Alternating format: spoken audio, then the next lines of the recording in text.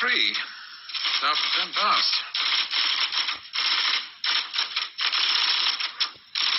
Here's in, isn't he? One of the big boys wants to see you. Always pulls the same trick. Sends for you at 3 and sees you at 3:15.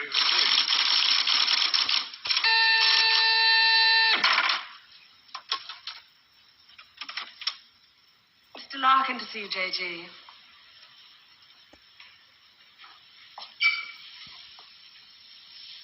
Sorry for Captain. Sit down, Mr. Larkin. Thank you. Do you smoke these things? King of Kings, size. Yes. Very surprised we got you to come here, Mr. Larkin.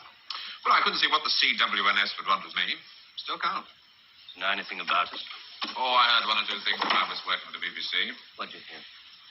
CWNS set up midway between the government and the TV companies. Anytime the newsreel boys put out stuff with security classification, wars, weapons, political leaks, they get their film through this office. What do we know about you? Larkin. Robert Santor. Yes, it's a family name. Good family. Good education. But you turned your back on all that, didn't you? Tried a little bit of everything. 1955, you wrote some plays for the BBC, then worked for them as a story editor. 1961, you got a 3-year contract as a director, which you didn't renew. Oh, the BBC won't pay money. Well, you're in the money now, aren't you? In 1968. There's your flat in Holland Park, your cottage in Hampshire for 2 children. And a dog and a cat who commute with us to the country at weekends. Well, maybe you knew that already. 6 years ago, there were those shows you did on alcoholism, blood sports, slum clearance. People called you bright. Very bright. There were other words they used. Hard-hitting. Vital. Now you do only 4 shows a year. The critics call them brilliant. They're high in the ratings, and they're, they're souffles. Little soft in the center. Don't think I'm complaining. Oh, you can complain if you want to. Just call it a friendly professional interest. I'd like to know what happened to alcoholism and blood sports. Call it reaching the age of 35. Call it school fees to fixed addresses. Call it joining the establishment. Call it being a socialist for 15 years in a country that'll never be socialist. Good. There's your wife, Rachel. You married the girl next door. Your 2 children, Rebecca and Daniel, nice little family. 3 years ago, you got yourself a girlfriend. It was serious. Where the hell did you get that found? Just tell me where it stops. Lasted for 18 months. Your wife never knew about it, even when you nearly decided to leave her. Who are you? It's the initials J.G., that's all I know. Never met you before in all my life. July the 25th, 1966. You finally decided to break it off with this woman. You said you loved her. You said you loved your children. It was 2 against 1. You had to add it up like that. Sorry, your cigar. It's burning my desk. Sheila told you all this? We have ways of finding things out. But why? If it's blackmail, the thing won't hold water. It's all in the past. Oh, there'd be pain, of course, for Rachel and the children. But you wouldn't get anything else out of it. No, it isn't blackmail. We've just been interested in you for a long time. Interested? You went back to your wife because you said it was 2 against 1. I call that very responsible. We're interested in very responsible people. In fact, we have a little index for them. We call it their power quotient, a ratio of responsibility as against aggression. Yours is very low, 0.2. That's very low, just what we need. Sit down, please. I'm sorry, the language must seem rather strange at first, but we take it very seriously. Just to show you how seriously, I'm going to tell you how we checked up on you. We call these things surgical transmitters. One was fitted inside you when you went into the Charing Cross Hospital 3 years ago. Appendix, wasn't it? Transmitter? Are you trying to tell me that you listen to every word I say? A machine does. untouched by human hand. There's a little gadget in these things that ties up with the pulse rate. Puts a bleep onto anything that you're excited about saying. British. Power quotient, surgical transmitters, high-speed tape. It's Doctor Who. I'm for the real world, Jack. Good afternoon. I shall just have to give you an example. On July the 26th, 1966, you were talking to this girl, Sheila, about love. You said to her, I quote, "The kind of love I have for you, Sheila, well, it's bed love and it's more. It's staying in bed till 6 p.m. and saying I can't go to the office today. It's eating breakfast at twilight, laughing at leaves on the pavement." I don't believe there's any such thing as these surgical transmitters. You got Sheila to tell you all this, then you wrote it down the way I might have said it. You're a good guesser.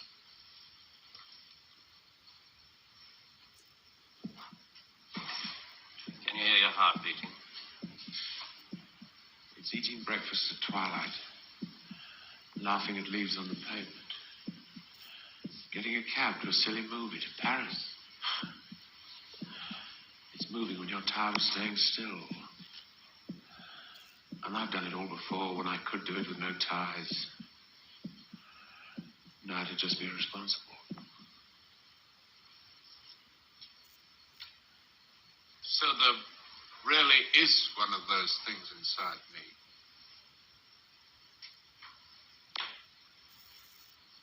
What do you want? We want people with low power quotients. We want them to work for us. Nothing more sinister than that. All this just to offer me a job. Special sort of job. The newspapers talk about the corridors of power, the power elite. Let's just say we'd like you to join the club. Oh. There's a vacancy in our newsreel department. We'd like you to help plan the news for 1973. Come again? Plan the news for 1973.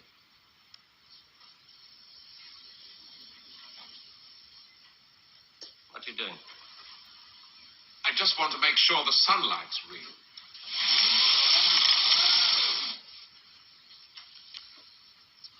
I always tell people, news is the most highly developed form of fiction. The most difficult. Come on. I just want to show you something. There's no obligation to buy. Really. News requires imagination. News requires responsibility. We think you're well qualified. Please. Double A security, sprinkler systems and other services do not operate beyond this point.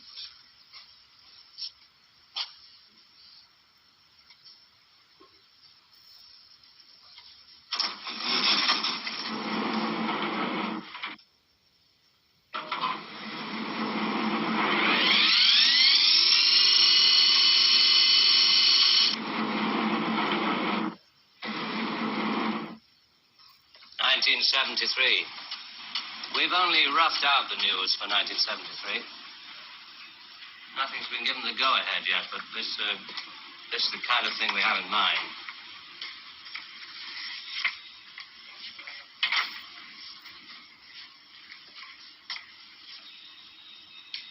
Come.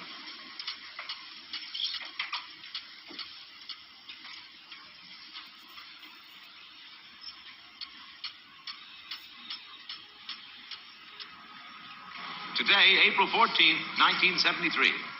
First historic pictures by Radstar of the combined U.S.-Russian landing on the moon. Shown here are Majors Webb and Mikhailovich taking their first steps into the unknown, firing their retro-rockets to land their spacecraft on the dust-covered surface.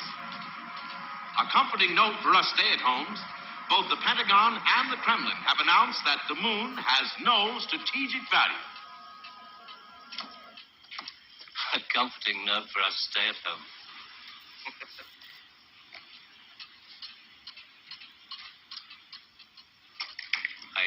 can't show you any film on this next model. We haven't photographed it yet. But this is the way it will sound. June the 22nd, 1973. The State Department releases film of the ultimate weapon, codenamed Icarus. This satellite is equipped with a solid reactor. In layman's terms, it can freeze air solid, stopping all missiles, killing all forms of life. Icarus orbits at the same speed as the Earth, can hang in position over every major city that threatens the peace-loving nations. Rather proud of this one. Come on.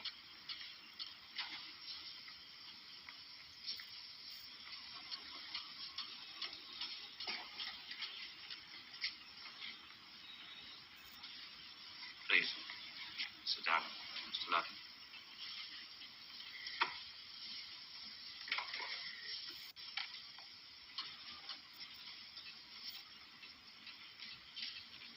September the 5th, 1973.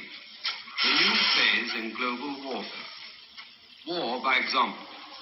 At 4:32 our time, China took out the remote Indian border village of Bangalore, unprotected by the Icarus network. After the first 2 5-megaton H-bombs had fallen, the 9-way hotline finally... Switch it off. But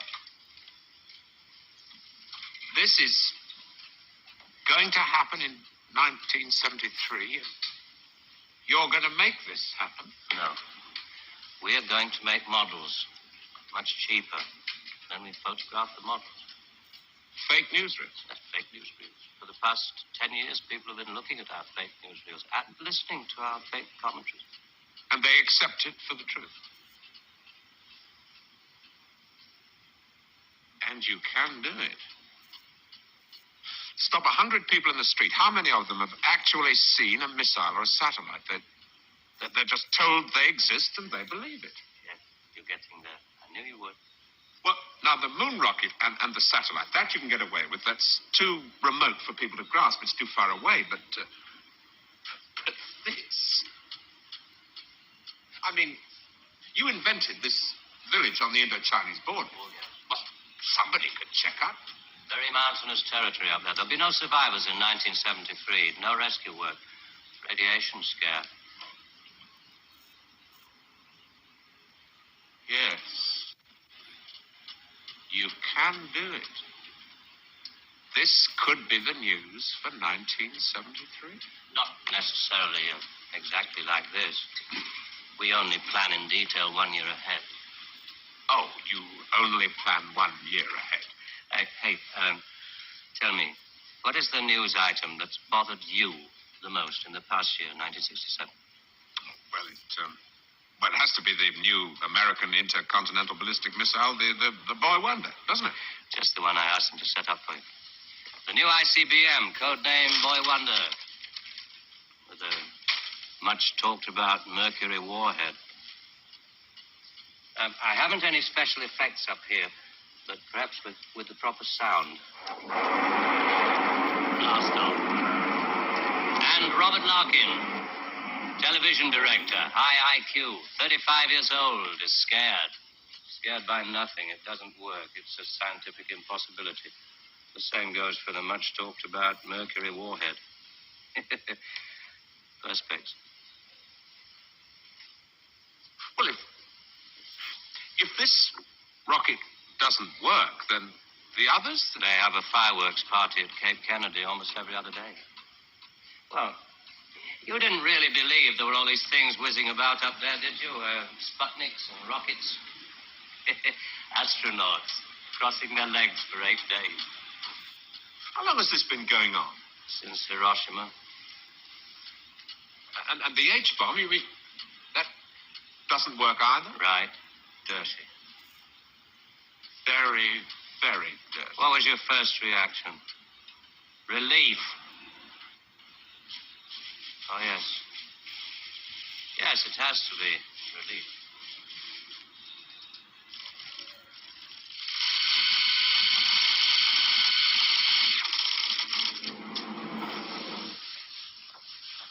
Only 12 people are allowed beyond this point. Most of them work in the photographic department, taking phony newsreel pictures of our models and processing film and so on. Sit down, please.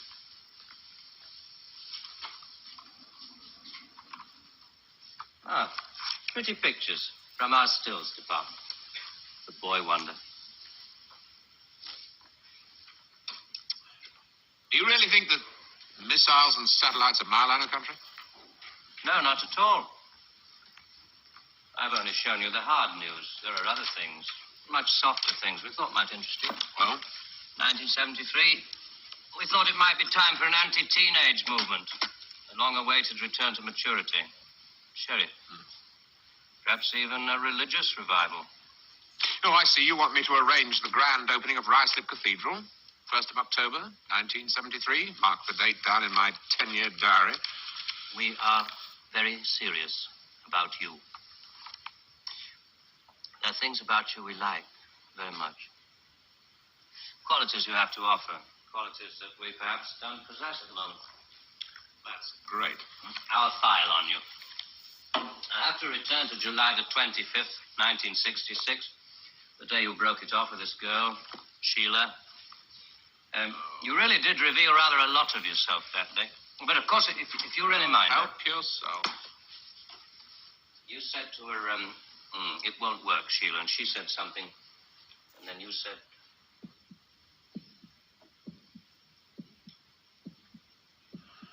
You remember I went away with Rachel and the kids to the seaside? It was midweek and this huge stretch of sand was empty. Just a circle of footprints around 3 sandcastles and tracks out to sea. The whole damn day of my family marked out in front of me. The sun was going down. Rachel kept calling the kids to get dressed. She picked up buckets and spades, corny bloody things like that. I was up at the car. I looked at those footprints, and I knew those people were slipping away. There were things I could tell them. We rather like that bit about footprints.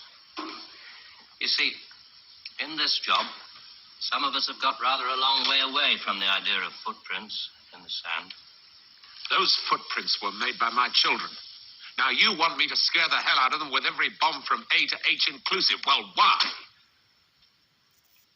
I mean, when did it all start? 1945.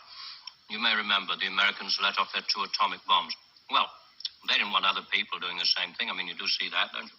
Oh, I don't know. Well, to scare the people off, the Americans put it out, and the atomic bomb was halfway along the line to something much bigger, the hydrogen bomb. It didn't work. They spent 5 years in negative research. Well, what about the Russians? They're supposed to have quite a pile of these things. We were surprised when they started their tests. Then we got a few feelers from their Secret Service. Nowadays, we work very closely together. Oh, all these stories about spies going off to Russia. Mr. Philby, remember? Just good copy for the Sunday papers. Good copy. Well, the Chinese.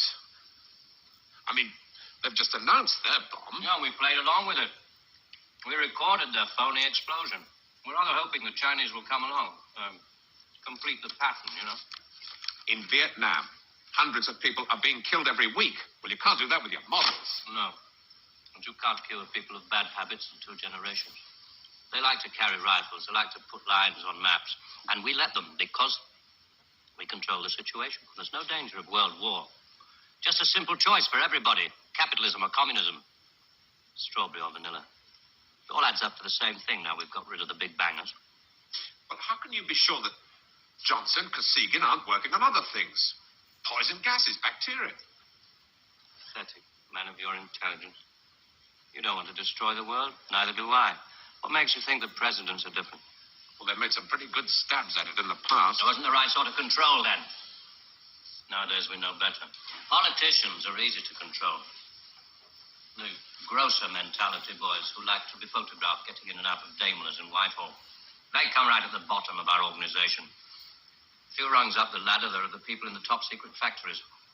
Just those in a position to know they're making weapons that don't really work. But there must come a time when somebody wants to use one of those weapons. I mean, somebody is standing there with a finger on the button. Well, that's the beauty of it. Nobody presses the button. We control all the crises. We build them up and we shut them down. We. Again. Yeah, I'm coming to that. Near the top of the hierarchy, there are the economists, top civil servants, top brass in the military. Those men who are supposed to view the nuclear tests and so on. And above them, CWNS. Right at the top. Classified World News Service. Just who the hell are you? It's obvious, isn't it? Just a very few of the top people in communications in every major country in the world. Oh, you mean you run all these magazines? No, of course not. We just get them to take some of our copy every week. Television is much more important to us. It all happens so quickly. You say you can put out what pictures you like on television. Doesn't anybody try to stop you? No, nobody wants to. 99.386% of the population wouldn't believe this conversation. And the rest are working for us. And they're the top minds, the really responsible people. They know they're guaranteeing the lives of their grandchildren the only foolproof way. Scaring the hell out of their grandchildren. Well, I won't buy it. You must admit there has to be some kind of control in this world of ours. Look at this. And remember that 1/4 of the world is starving. There are the full bellies and the empty bellies. Some of the empty bellies carry rifles. Well, we full bellies are getting a bit flabby. We're not very good with rifles anymore, so we've devised 2 ways to keep the empty bellies under control. One of them is this fictitious hydrogen bomb we've talked about. The other one is money. Enough money to fill some of the empty bellies and put a hopeful smile on the faces of the others. A great wall of money all around Britain. And it's no secret that the British economy is in trouble at the moment. So we have to put that right, too, to stay alive. We have to control the people in this country. Scare an ostrich, buries its head in the sand. If you scare a hedgehog, it rolls itself up into a ball. When a woman's frightened, she goes out and buys herself a hat. You mean you scare us so that we'll buy more, so that money moves quicker, production moves up? We don't say scare when we talk about human beings. We say threaten them emotionally. And there are all sorts of ways, not just the big ones like the hydrogen bomb. Overcrowd them a little with bad planning. Sell them too many motor cars. Anything to keep them a little bit removed from reality. Nowadays, people don't work for money. They work for the idea of money. They don't even love for love. They love for the idea of love. They only hate for the idea of hate. It took us 5 years to find a non-addictive drug. One we could pay off against the hard drugs. LSD. You marketed that? Oh, yes, of course. And for a very good reason. Some of these protest movements are getting a little bit too close to the mark. LSD gave them nice little hallucinations. Made them talk like 3-year-olds. Throw flowers at policemen. Shall we talk terms? You're not still going to ask me to work for you? I'm afraid I've had to put all this rather bluntly. You see, there wasn't really very much time. It must be rather a shock. Most people realize that the world is controlled from about 6 big cities. But it must be rather shocking to learn that 1/6 of the world is controlled from this building. You mean you? Oh, no. I only rate an office on the 7th floor. There are 2 other offices above this one. And a giant computer system. Link number 4 in world control. A computer? And what's so remarkable about that? It's just a machine that can store a vast amount of information. A machine that knows too bloody much. Now you're being hysterical about it. The computer's very simple. You feed data into it. Anything from the Wall Street closing prices to the North Atlantic weather. And you get decisions. That machine's taken you over. It's just a machine. Extra hands for the people who know how to control it. Well, This one, above us, it's square, in a box. I suppose you could call it square in a sort of a box. You know why I go away at weekends? To get away from people in boxes. They live in boxes. They get their thoughts, their problems, and their answers out of boxes. And I like to get away at weekends because they're not people anymore. Now, you know all about me. My cottage in Hampshire. But did you know that there's a line of trees that goes right up past the house? And the noise they make is like the sea. Did you know that I find it difficult to sleep in the country? And I like to go and stand in the garden before dawn. And I feel good because I know that my wife and my children are asleep inside. And I like to go out and walk past the wet hedgerows until I can see pasture land and the smoke from the cottages in the This village. may be all very well for one of your grassroots programs, but I'm afraid time is running out. I ought to tell you, we pay a great deal of money. We can afford to. We save such a lot on things like the national defense budget, so on. We would start you off at £250,000 a year. Oh. Rising to £1 million when you make the Ministry of Morality, which I know you will. Will you let me out of here? One little point. I should have told you about these surgical transmitters.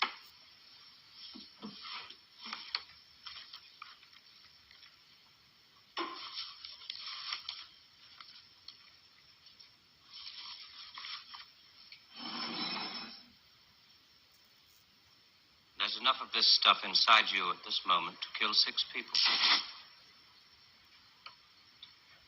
There's a button we can press.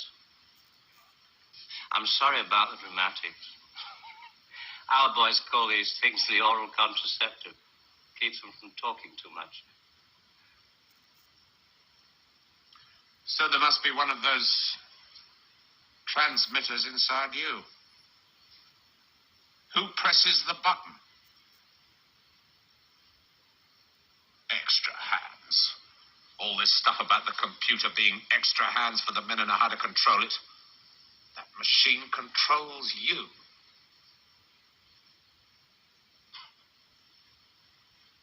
You start on Monday.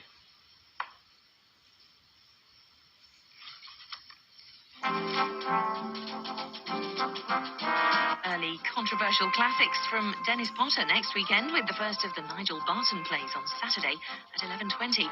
But next tonight, Tony Palmer's very personal film looking at the relationship between pop music, youth culture, money and violence. All My Loving in a moment.